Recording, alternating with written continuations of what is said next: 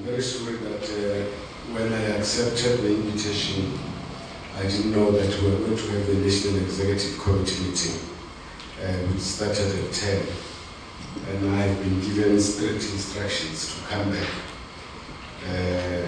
The only excuse I had was that I accepted the invitation before the date was set. But I was told that I'm not the only speaker, so I must speak and come back to the meeting. I must apologize. But I think that this is a very important initiative. Just to talk about water and environment and our survival as humanity. Yesterday, I spent the whole time at the UNESCO meeting, which brought together ministers of arts and culture, environmental affairs, and they were talking about living with the heritage as communities. And at the end, there was a heated debate, which unfortunately I sparked because it was the first time I attended the meeting. I didn't know that one shouldn't spark a controversy. Now, it was about the definition of a local community. Now, I said that local communities around heritage sites should not be interpreted narrowly. Because if we do so, we are going to destroy the water resources and the environment itself. Because there have been waves of migrations. And the result is that some people that are living around certain heritage sites are no longer the original people who were there. They perhaps don't even know the spiritual traditions that apply there. And I gave the example of Mapungwe. The history of Mapungwe dates back to 800 AD. But the people who lodged the land claims were not there at that time. They were not there in 1500. They were not there in 1600. But today, they are made the owners and custodians of the civilization of Mapungwe. Now, if you go and say, what are the key features of this civilization? They don't know. Now, the result is, anybody who wants to do business at Mapungwe has got to ensure that this local community benefits. And because they don't know the spiritual and cultural heritage of the place, what is benefit going to be? It will mean that the mines that are there must give them royalty. It will mean that the tourist company that operate there must give them royalty, which means the African heritage then is relegated to economic benefits. Now, I said, if you take Mapungwe, is the springboard of all communities in South Africa, Botswana, Zimbabwe, Mozambique, even into Zambia.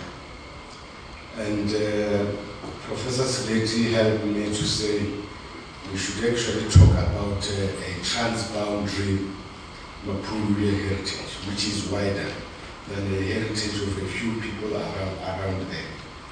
Now, a very educated traditional leader from Ghana, who even uses the iPad that I can use, you see, I use pen, attacked me for that broad interpretation of heritage. But all I want to say, it generated such an interesting debate that when Minister Mashatile closed the meeting, he said that when the ministers meet this morning, they must put on the table a definition of a local community which will contribute to the building of an Africa that is united in its diversity. But to come back to what I was asked to do, I came across a definition of culture which says that culture is defined as the permanently evolving set of distinctive spiritual, material, intellectual, and emotional features of society or a social group. It encompasses, in addition to art and literature, lifestyles, ways of living together, value systems, traditions, and beliefs. The way water is used and valued constitutes an integral part of a society's cultural identity. I thought that I should not bore yourself about socio-economic politics of this issue, because my view is that as politicians, Parliament, we make laws about water, but these laws are not informed by an understanding of the meaning of water to humanity. And that's why we even go to the extent of privatizing the sources of water or making water more precious and available to others, people than others. So I thought that I should therefore just share with you some thoughts on the meaning of water and human origins and well-being. What I want to share with you is what I was taught by women. Some women here may think that I'm misrepresenting their knowledge because they are the custodian of this knowledge. So I will apologize. But you know, I come from the ruling group in Mujaji, the people that are called Wakwebo, or the people of the peak, which came from the empire of Nomtapa. And although from time to time there were men who ruled, but the real rulers are women. And in Mujaji, from 1800 to date, the rulers are women. So these women are spiritual leaders, they are political leaders, they are military leaders. The Mujaji dynasty itself was founded by a woman. And where does this story of the women come from? These women, I'll take the aspect of water.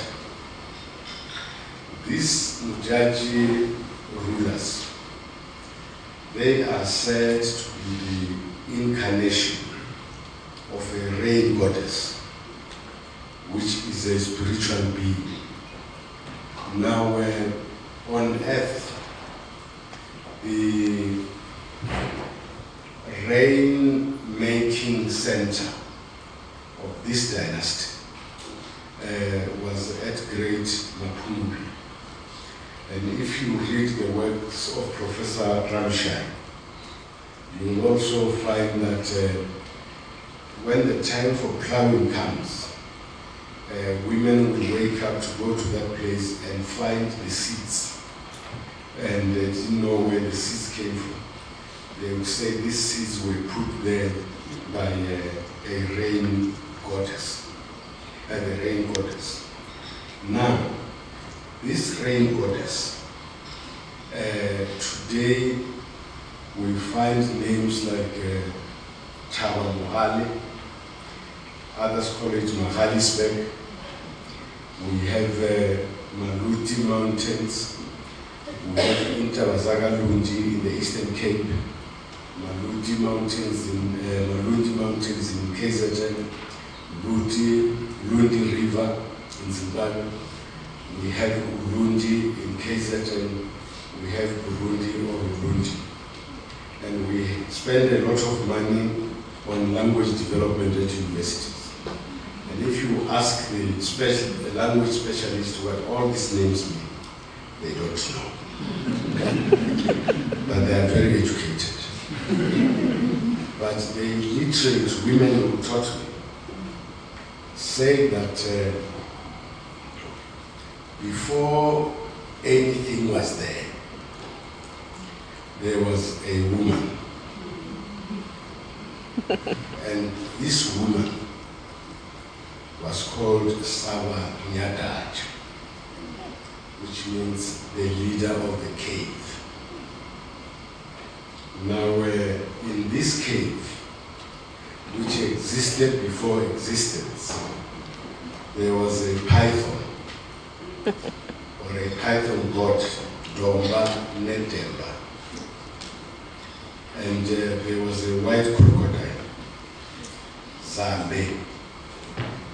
If you look at the whole continent, look at the word Mozambique, you have Zambique, you have the name Zambia, you have Zambezi, you have the Kembe in the DRC, you have Shambe in the Sudan. These names, and in South Africa also there are people with the same name, Nyambe or Nyembe, Dorothy Nyembe. All these names mean the word. So which means the crocodile means the word. But the word of whom? The word of Mohali or Saba, also called Gore. Or, you know, the Zulu say God is Nkulunkulu. I think they are lazy. Because the full name is Muwali Nkulunkulu. So they leave Muwali. That Muwali is Muhali. So all the people of South Africa, of Southern Africa, regardless of tribe, they worship a woman who is Muhali or Muwali Nkulunkulu. And that woman is symbolized by water. And this woman is the mother of a child symbolized by the crocodile, which is Zame or Ludi. And that's why we have Maluti Mountain and Maluti Mountain. So when you say Chabaya Mohale, the Chabaya Maluti, you mean the mountain of the mother and the child. But the mother is water. Now, when you look at the moon, the full moon, you'll see a woman that has come out of the cosmic ocean carrying a child. Now, any woman who cannot menstruate cannot have a child. And when the woman has a child, then we say she has come out of the waters. So she fetched the child from water. That's why they say Africans don't want to teach sex education. It's not true. It's just that it is taught in metaphors. The child comes from the water. Now, the problem that we have is that Africans have been taught other religions. There is nothing wrong with that. But if you can embrace other religions and discard everything that you had from your illiterate forebears, you are going to be like a feather flying in the air. It can land in fire, in water, or on the mountain, because it has no roots to return to.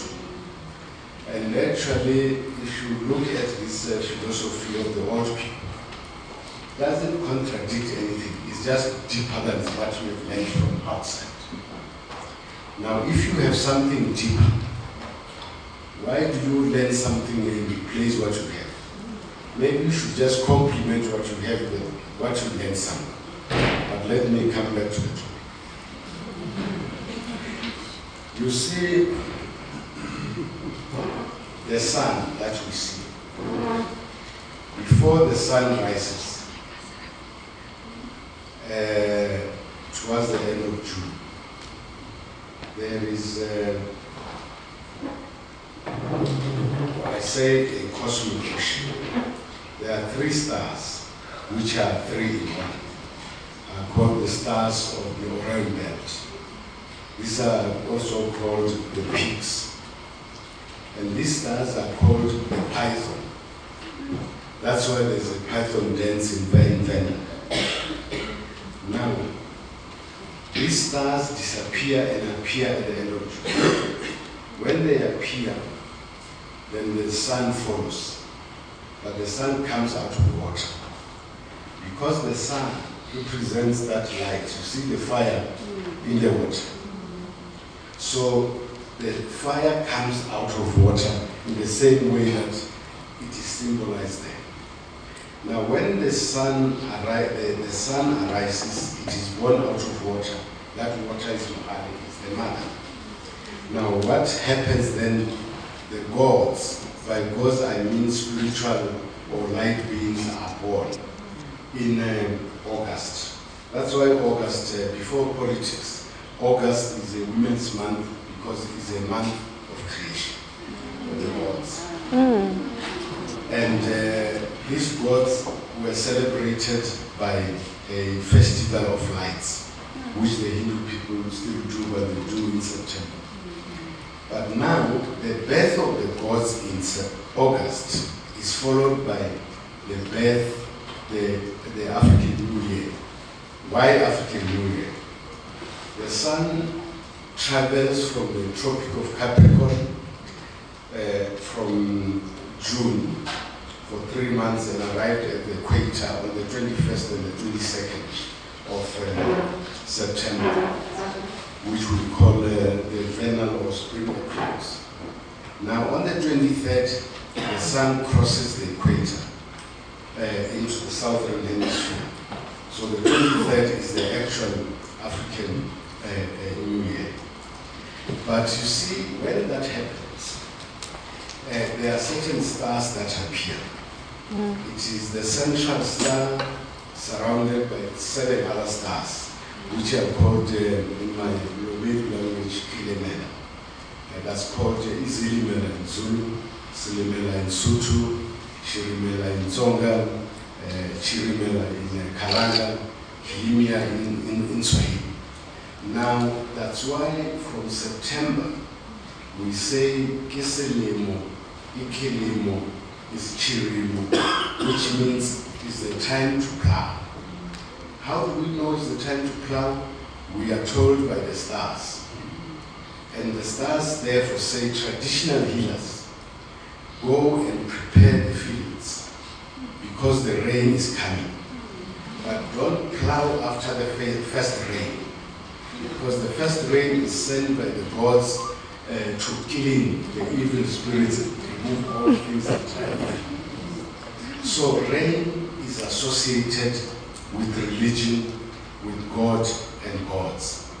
And that's why you cannot sell water, you may not sell water, you may not give other people more water than others, because it's not your water.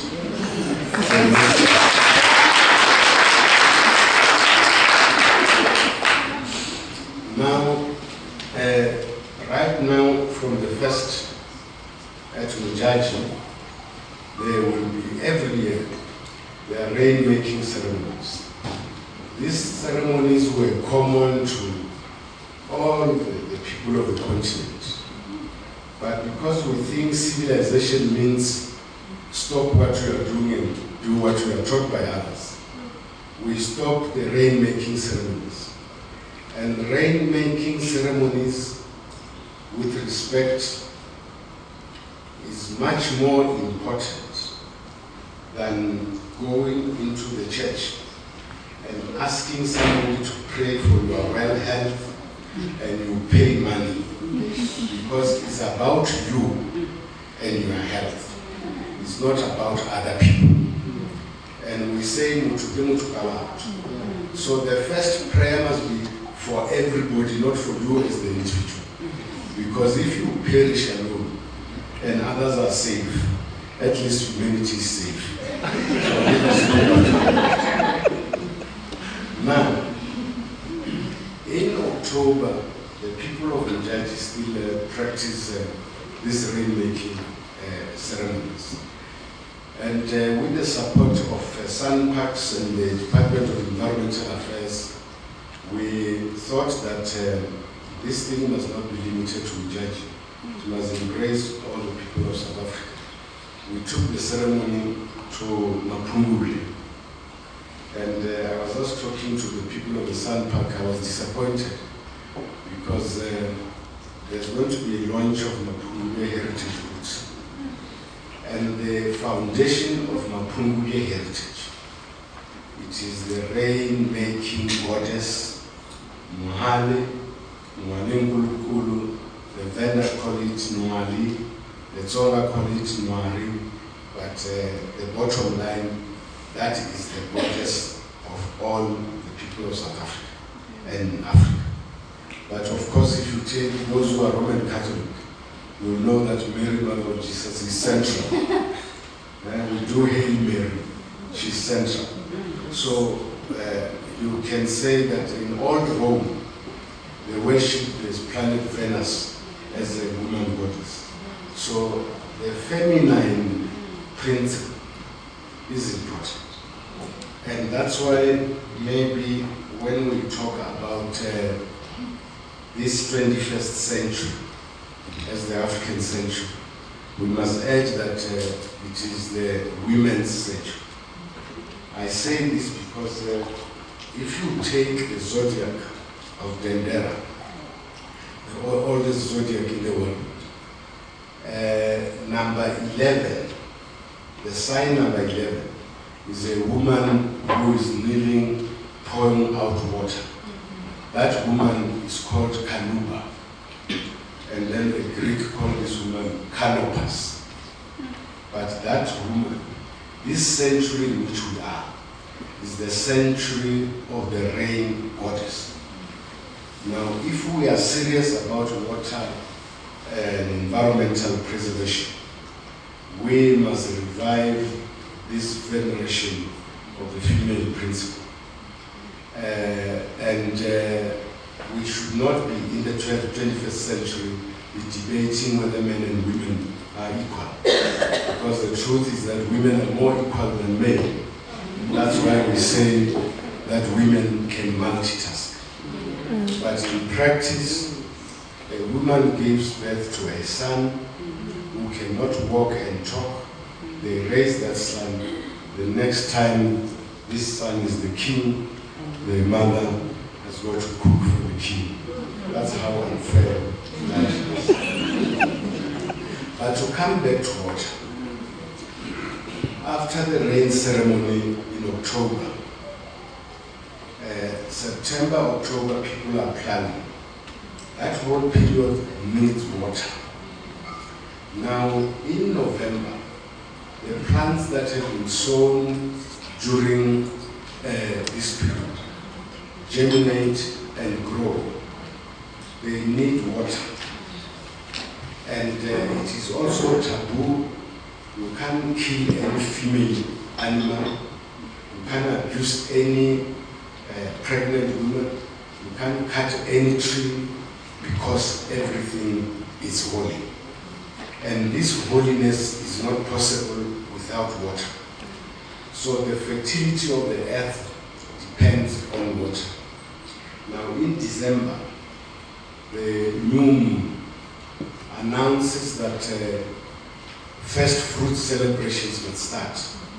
In Swaziland, the king will send people to the sea to fetch water to prepare for first fruit celebrations. In other parts, people will go to sacred springs or sacred lakes like Lake Funduzi to fetch water, to prepare. So you can't have first fruit celebrations without holy water. Now the problem is now we think development is when you can make bottled waters, and then we go and privatize all these sacred springs to create bottled waters and do other developments, and disregard the spiritual aspects of these sacred places. So basically, we are bringing God out of the earth and say we will be successful. What are we achieving? It's climate change. And when we have a problem with climate change, we go and organize conferences and spend a lot of money. And we leave traditional leaders out. We need traditional religious practitioners out. But we want to solve the problems which only their gods can solve, and they solved from the beginning of time. On the 23rd from the 21st to the 25th of December, the sun reaches the Tropic of Capricorn in Khuluma, in Limpopo. It can't go further. The sun dances for five days. If it's a leap year, it dances for 6 days before it goes back to the north. And now, during that period, there are certain rituals that must be performed. But all of us say we are Christians, or some say they are Muslims. We don't do those rituals. And now, what is the meaning of Christmas? You buy more liquor, you buy to many friends, and most people never see Christmas because they get drunk during Christmas Eve, and then on Boxing Day they try to take out the barbers and get drunk again, and then on the 27th they start to kind of wake up. So the spirituality has been thrown out. And now the gap between us and our God and gods and ancestors disappears. And this were foreseen. And we are going to continue to have problems as humanity because we don't follow simple rules of the game. Let me conclude by saying that you see, when the king of the Zulus slaughters a bull, SPCA, they jump, they want to take it, they take him to court. They say animal rights are better than our religion. The truth of the matter is that the central star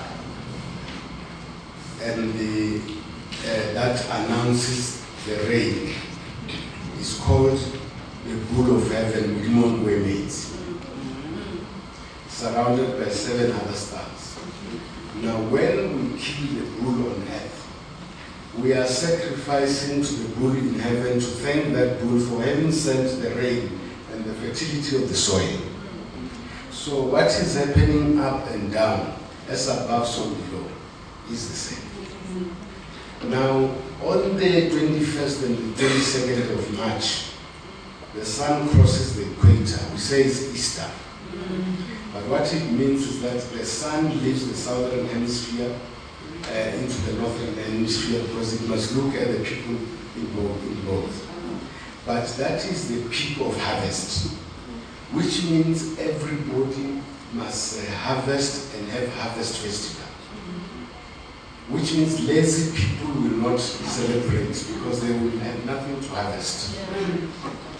And then May to August is initiation. And only those that have harvested can have initiation. So there is an African calendar in conclusion, which explains where we come from, how we should live, what rituals we should do. But we don't follow that. And that's why we have problems. And now we are looking for something. You can see the walls here. They are with stones. You can see we put water, we put fire. This is an attempt to get to the original spirituality, which is not only African, but belongs to all humanity. Today we talk about unity in diversity, because we realize that humanity is one, and we all come out of water, we are sustained in water, and water in and by itself is medicine. That's why they sprinkle when you get to ZCC. That's why they baptize you and they make you drink holy water, because water is life. So let's go back to the basics, but let women lead that new step. Mr. Randaba, DDG Policy and Regulation, Mr. Mbangi Nefumanga, Dr. Matahan, CEO WRC, Mr. Jessica Naidu, WRC board members, distinguished guests, ladies and gentlemen. This is not my specialty. I'm a diplomat, so you'll excuse me. Water is a natural rhythm of the earth. It is life, it is nutritional, it is very calming. It is a basic need and engine for growth. The body needs water before it needs food. There is strength in water. It can be a boundary, and when you cross it, it's an achievement. The freedom fighters experienced this during the liberation struggle, when they had to cross rivers. Not because they wanted to, but were forced to. And their ultimate goal was to liberate this country of ours. We are here today because of all this. History and the Constitution. It is very important for all of us to remember that the right to water was very hard fought for. We could not leave it out when drawing up our Constitution. The cruelty of the apartheid regime was not only about political rights, it was much deeper. It denied people basic rights and access to the most basic of resources, one of the important being water. As a child, I fetched water from a spring and did washing in some small river near our house. We also had to fetch water for my mother to grow vegetables. This whole thing robbed people of basic nutrition and good health on the one hand. It also robbed people of their dignity. Have you ever seen a white child carrying a bucket of water on her head? No, never. I remember one time I was already entering my parents' yard and my neck gave in, and so the bucket fell.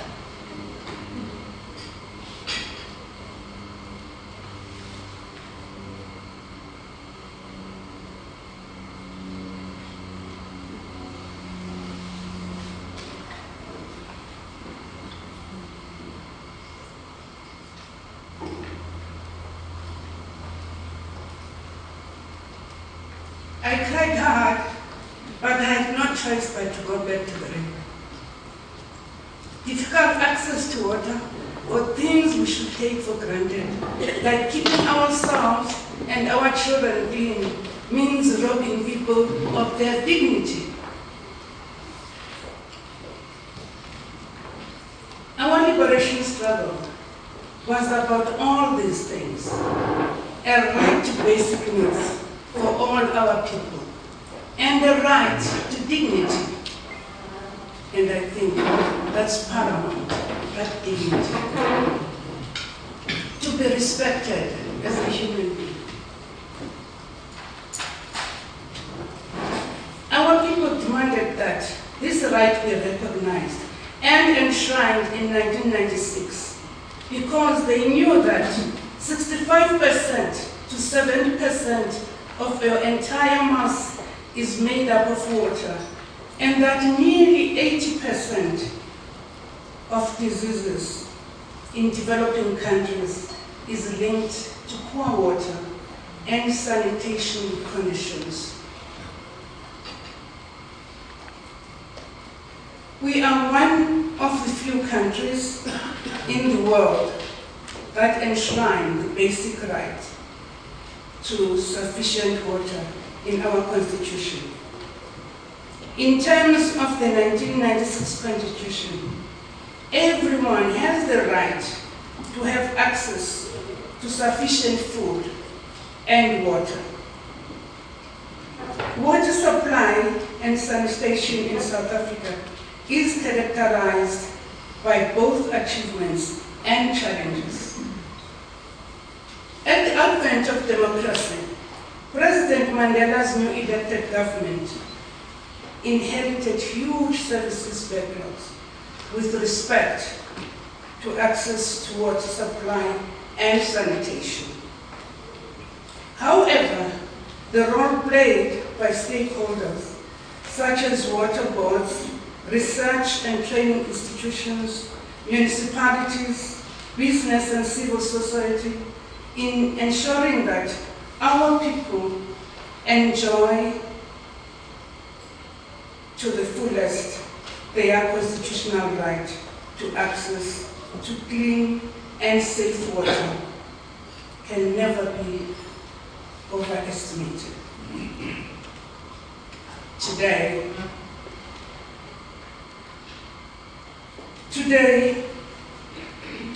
remains to be done. Much remains to be done to fulfill the freedom of access to clean and safe drinkable water. Many people have moved to urban areas since our dispensation in 1994. But, of course, we have always had miners coming to the land of gold. Have their living conditions changed? No, they haven't. We still have so many shacks. Is there water there and proper sanitation? No. This is painful. What were we fighting for? We have to try and move fast. We need proper infrastructure. The poor here at home continue to suffer. We have to make sure that the use of water benefits all. The previous regime was running big farms, and they still do, and had a way of preserving water by way of boreholes. We need that too. This definitely mirrors some kind of inequality, because even now, as I'm standing here, some of our people continue to drink contaminated water, and as a result, they get diseases like cholera. We don't need it, not today. We have the sea, the rivers, which help with transportation of people and goods. I still remember very clearly the Mwanza Marine tragedy in 1996, when a passenger ship, the MV Mokoba, with about 500 passengers on board, sank in Lake Pretoria, about 8 miles northwest of the town of Mwanza. Most of these were traders transporting their goods. Mainly women, of course. On the positive side, look at the Kawarabasa Dam, Zambezi Basin, and the Lesotho Highlands Water Project. When completed in 2020, we'll have a hydroelectricity generating capacity of about 180 megawatts. and about 2,200 million cubic meters per annum of water will be transferred from Lesotho to South Africa. Let it be, let it happen, but all South Africans should benefit from that. I'll talk a little bit about water and cultural cohesion. Now, I lived in Nigeria for a little while during the liberation struggle. And they have many rivers and the sea, of course. The women ran big markets and they needed water all the time to keep their vegetables fresh, as well as ice to keep their fish fresh. Some keep their small children right there, which means that there should be enough water. Enough drinking water, and also to keep them clean. I also spent many years in exile in Norway. The truth of the matter is that the Norwegians love water. They are surrounded by water. Most of them have their own boats, and in summer they enjoy being in water. It is their life. A lot travel by boat, enjoy fishing, and they are famous for their salmon. 99% of the people do the right thing to make sure what they have is preserved. Crossing from one island to the other is by means of water. The latest tragedy, when the youth were gunned down, I went to see things for myself, and of course, in solidarity with the Norwegian people. Some of the youth tried to swim across to save their lives. Once again, we are emphasizing the importance of water. It can, of course, also be used for evil. And the Breivik knew he could contain his victims on the island because of the natural boundary water created. That was really unfortunate. In Tanzania, where I opened the first South African High Commission, following our democratic dispensation, you find fresh vegetables in every yard because there is water for women to plant vegetables, and you will find bananas and apples in every home. The same is true of Mozambique, in which I spent 7 years. Mozambicans have no reason to starve. They make sure there is food and fruits around the yard. Botswana, Ula, which is rain, currency enchanted for celebration. But you know that Botswana is very dry, it's a very dry country. Well, you have the Okavango, West Botswana, a miracle in that it is an inland delta forming an oasis in the desert. Now we have the power of the tsunami in Japan, which escalated a global threat when, as a direct result, their nuclear power plants were put at risk.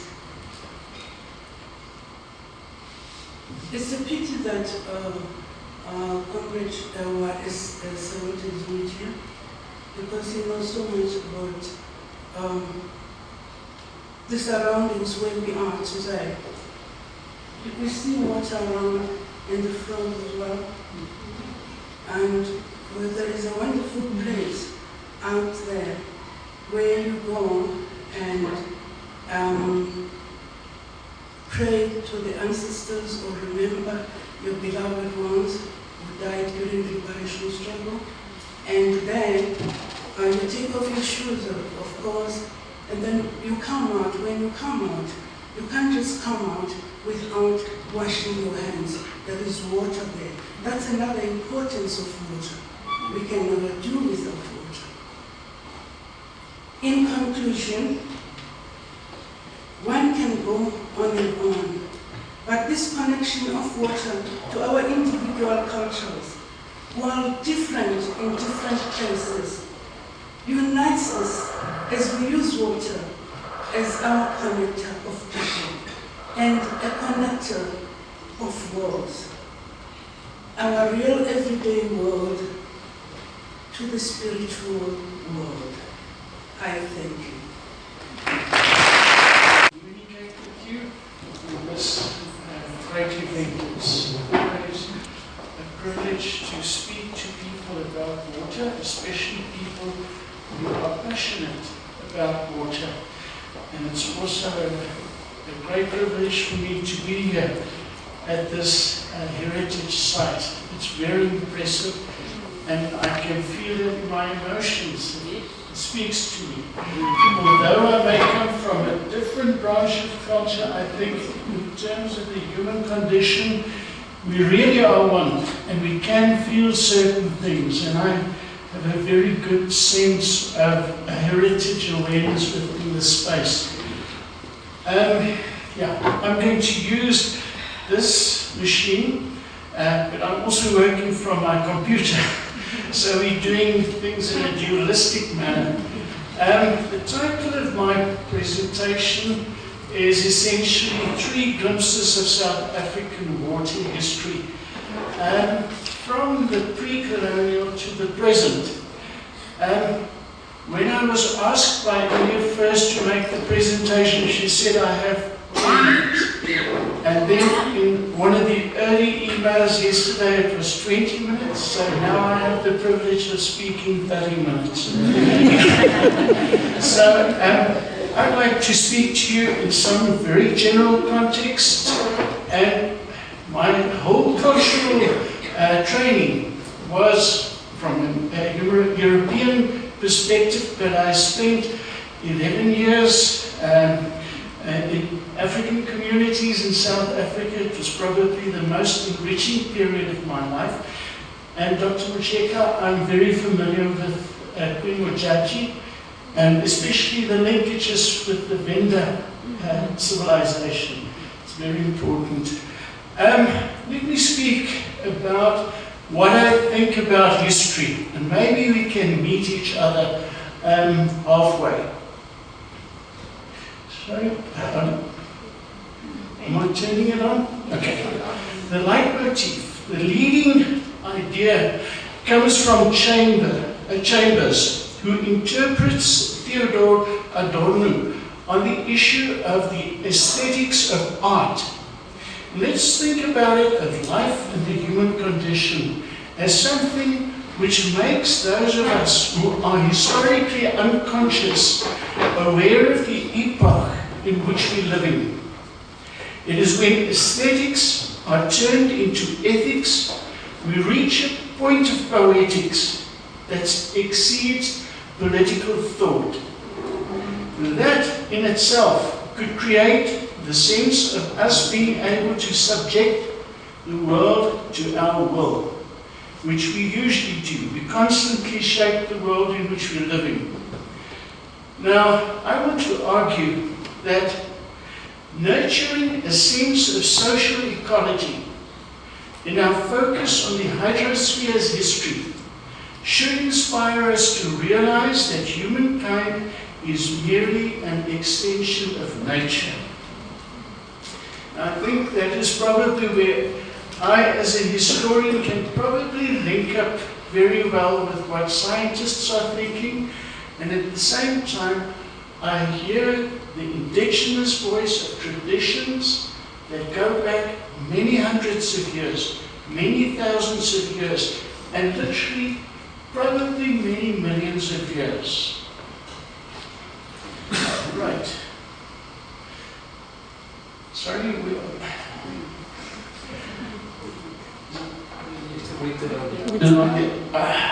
sorry. Okay, the outline. I'm going to speak about 3 periods. We have in African history, which actually became an academic discipline in Europe and in the Western sector of the globe in the 1950s. They defined the pre-colonial, the colonial, and the post-colonial in the history of Africa. And it shows you the impact that the colonial period had on Africa and African cultures. But the purpose of our discussion is slightly broader and more focused on a very broad sweep of the past. I will address each of these periods, and I hope you will bear with me. I'll just do it very briefly. But in each of them, we find a history of its own, a history that each one of us interprets in a very diverse way and contextualizes and turns into an ontological reality. But how do we perceive water history? And I like to think of the German philosopher Dilthey, who said,